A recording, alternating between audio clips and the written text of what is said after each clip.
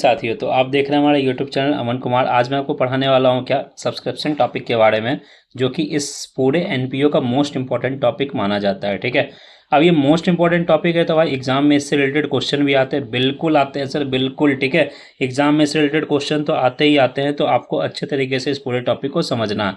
तो पहले सब्सक्रिप्शन होता क्या है ये समझ लेते हैं। सब्सक्रिप्शन क्या बोलते हैं?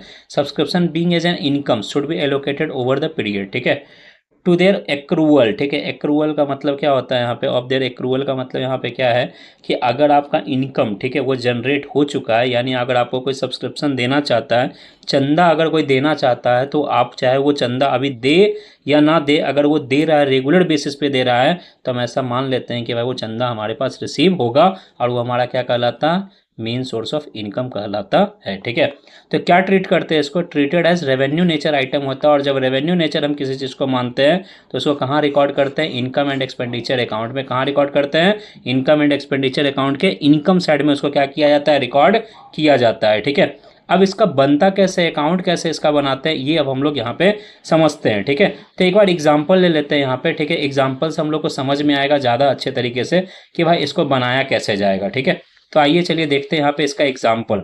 ठीक है, कैसे इसको ट्रीट करते हैं और कैसे इसको प्रिपेयर करेंगे। ठीक है, कि सब्सक्रिप्शन अकाउंट प्रिपेयर कैसे होगा ये एक बार हम लोग यहाँ पे समझ लेते हैं।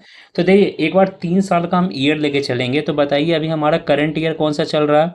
तो सर करंट ईयर तो हमारा 2025 चल रहा है। ठीक है, नेक्स्ट ईयर हमारा बताइए कौन सा ईयर आएगा? 2026 आएगा सर। ठीक है, और हमारा प्रीवियस ईयर कौन था? 2024। तो जैसा कि हम बताए, ये हमारा प्रीवियस ईयर था, ये हमारा करंट ईयर है और ये हमारा नेक्स्ट ईयर है। ठीक है, तो आपको भी पता है कि भाई करंट ईयर कौन सा है, प्रीवियस ईयर कौन सा है और नेक्स्ट ईयर कौन सा है। ठीक है, तो यहाँ पे बताइए करंट ईयर में, ठीक है, अगर कोई हमको सब्सक्रिप्शन रिसीव्ड होता है ड्यूरिंग द ईयर में, ठीक है, सब्सक्रिप्शन क्या हो रहा है? रिसीव्ड हो रहा है क्या? ड्यूरिंग द ईयर में।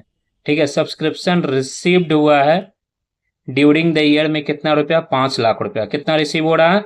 5 लाख रुपया सब्सक्रिप्शन रिसीव हुआ ड्यूरिंग द ईयर में, यानी पूरे साल भर में जो हमको सब्सक्रिप्शन मिला है वो कितना मिला है हमको?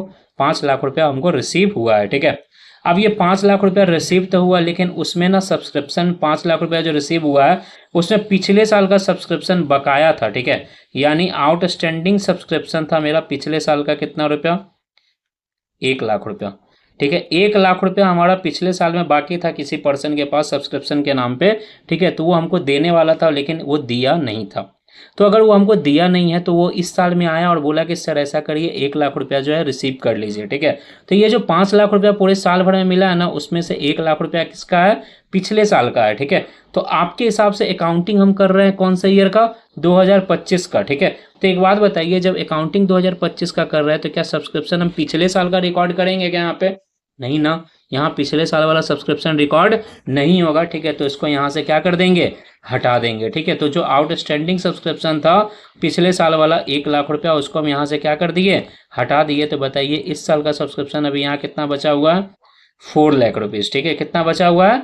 4 लाख रुपीज़। तो यहाँ देखिए, जब हम स्टेटमेंट इसका प्रिपेयर करते हैं, ठीक है, तो सबसे पहले हम यहाँ पे क्या लिखे हैं? Subscription received during the year. क्या लिखे हैं? Subscription received during the year. ठीक है, तो यानी जो 5 लाख रुपया हमको रिसीव हुआ ना पूरे साल भर में, ठीक है, वो यहाँ पे हम लोग यहाँ पे क्या कर देंगे? उस चीज़ को मेंशन कर देंगे। ठीक है, अब उसमें से 1 लाख रुपया क्या था? पिछले साल का था। तो जरा देखिए यहाँ पे लिखा हुआ है क्या? आउटस्टैंडिंग सब्सक्रिप्शन प्रीवियस ईयर, या फिर डेट लिखा होगा क्या? ओपनिंग डेट लिखा होगा। ठीक है, क्या लिखा होगा? Opening date. ठीक है, तो आप समझ जाइएगा वो प्रीवियस ईयर का है। ओपनिंग डेट का मतलब क्या? 1 अप्रैल या फिर 1 जनवरी लिखा होगा। ठीक है, तो आप समझ जाइएगा कि वो प्रीवियस ईयर का आउटस्टैंडिंग सब्सक्रिप्शन है, तो उसको यहाँ से क्या कर देना? हटा देना है। ठीक है, तो यहाँ से हम 1 लाख रुपया क्या कर दिए? हटा दिए। जैसे वहाँ पे लेस किए उसी तरह से यहाँ पे भी हम उसको क्या कर देंगे? लेस कर देंगे। यहाँ पे भी उसको क्या कर देंगे? लेस कर देंगे। समझ में आया यहाँ तक? अब आते हैं दूसरे पॉइंट पे। ठीक है, दूसरा पॉइंट क्या बोलता है? अगर मान लेते हैं कि इस साल में मेरा आउटस्टैंडिंग सब्सक्रिप्शन था। कौन साल में? इस साल में मेरा क्या था? आउटस्टैंडिंग सब्सक्रिप्शन था। इस साल का मतलब करंट ईयर 2025 यार। ठीक है, 2025 में मेरा क्या था? आउटस्टैंडिंग रह रहा था। ठीक है, अब 2025 में मेरा आउटस्टैंडिंग सब्सक्रिप्शन है, इसका मतलब इस साल में कोई हमको सब्सक्रिप्शन का अमाउंट देता बट अभी दिया नहीं है। ठीक है, तो अगर दिया ही नहीं तो इसमें इंक्लूड तो होगा नहीं, इसमें तो इंक्लूड नहीं होगा ना, ये 4 लाख रुपया में तो 1 लाख रुपया ऐसा नहीं होगा कि इस साल का कोई सब्सक्रिप्शन बाकी है तो वो इसी के अंदर में इंक्लूड है। अभी तो बाकी है ना सर, अभी मिला ही नहीं है, ठीक है। और जब मिला ही नहीं है तो फिर लेकिन इस साल का इनकम तो है, इस साल का इनकम तो है ना, तो इस साल का इनकम होने के लिए हम लोग क्या करेंगे, उसको ऐड कर देते हैं। अगर इस साल का इनकम है तो हम आपको बताएं कि एक्रूअल कॉन्सेप्ट के अकॉर्डिंग चलता है, और एक्रूअल कॉन्सेप्ट में क्या बोलता है, पैसा मिला हो या नहीं मिला हो, बट यहाँ पे अगर उसका ड्यू हो गया है या फिर उसका अक्रेंस आ चुका है तो उस चीज़ को हम लोग क्या कर लेते हैं, यहाँ पे रिकॉर्ड कर लेते हैं। तो आउटस्टैंडिंग सब्सक्रिप्शन है वो इस साल का है, तो इस साल का मेरा इनकम का पार्ट है, तो इनकम में हम क्या कर देंगे, उसको ऐड कर देंगे। तो मेरा अब बताइए सब्सक्रिप्शन कितना हो जाएगा इस साल का, 6 लाख रुपया, ठीक है। सब्सक्रिप्शन बढ़ के कितना हो जाएगा, 6 लाख रुपया। तो जो इस साल का सब्सक्रिप्शन आउटस्टैंडिंग है, ठीक है, वो इस साल वाले आउटस्टैंडिंग सब्सक्रिप्शन को हम यहाँ पे क्या कर देंगे, ऐड कर देते हैं, ठीक है। करंट ईयर के आउटस्टैंडिंग सब्सक्रिप्शन को क्या कर देते हैं, ऐड कर देते हैं, ठीक है। तो यहाँ पे 2 लाख रुपया दे रखा था आउटस्टैंडिंग सब्सक्रिप्शन करंट ईयर का, ठीक है। तो करंट ईयर का भी पैसा मिला ही नहीं है, लेकिन मेरा इनकम तो है ना, इनकम होने के लिए हम उसको क्या कर दिए, यहाँ पे ऐड कर दिए, ठीक है। अब समझते हैं कुछ और पॉइंट को, ठीक है। कुछ और पॉइंट क्या आता है यहाँ पे, आउटस्टैंडिंग के बारे में हम लोग डिस्कस कर लिए।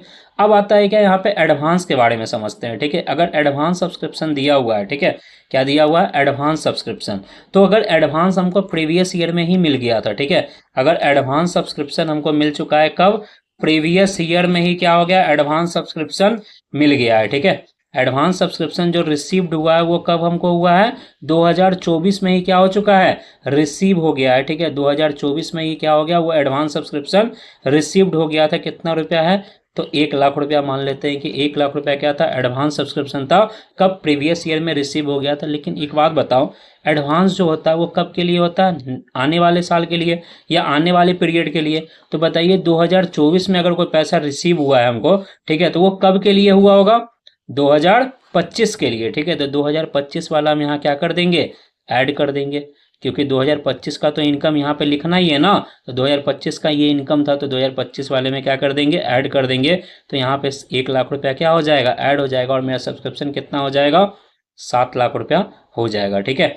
अब यहाँ पे देखो एडवांस सब्सक्रिप्शन को हम लोग क्या कर रहे हैं, अगर रिसीव हुआ है कब, प्रीवियस ईयर में, अगर एडवांस सब्सक्रिप्शन रिसीव हो रहा है कब, प्रीवियस ईयर में, ठीक है, बट रिलेटेड कब से है वो, करंट ईयर से, ठीक है। तो हम उसको यहाँ क्या कर देते हैं, ऐड कर देते हैं, ठीक है। अगर वो करंट ईयर से रिलेटेड होगा तो हम उसको क्या कर देंगे, ऐड कर देंगे। प्रीवियस ईयर के साथ क्या वर्ड लिखा हुआ रहता है, और ओपनिंग डेट अगर लिखा होगा, क्या लिखा होगा, ओपनिंग डेट, तब भी वो क्या हो जाएगा, ऐड हो जाएगा। कौन सा, एडवांस सब्सक्रिप्शन। लेकिन वही अगर रहता है क्या, एडवांस सब्सक्रिप्शन रिसीव अगर होता है कब, करंट ईयर के एंड में, ठीक है। करंट ईयर का एंड बोले तो क्या, इस साल के 2025 के एंड में अगर कोई एडवांस हमको दे के जाता, अगर 2025 के एंड में अगर कोई हमको एडवांस सब्सक्रिप्शन के रूप में कुछ अगर पैसा दे के जाता है, एडवांस सब्सक्रिप्शन के रूप में, तो बताइए वो कब से रिलेटेड होगा, वो जाहिर सी बात है ना, हम बताया जब प्रीवियस ईयर में दिया था तो वो इस साल से रिलेटेड था।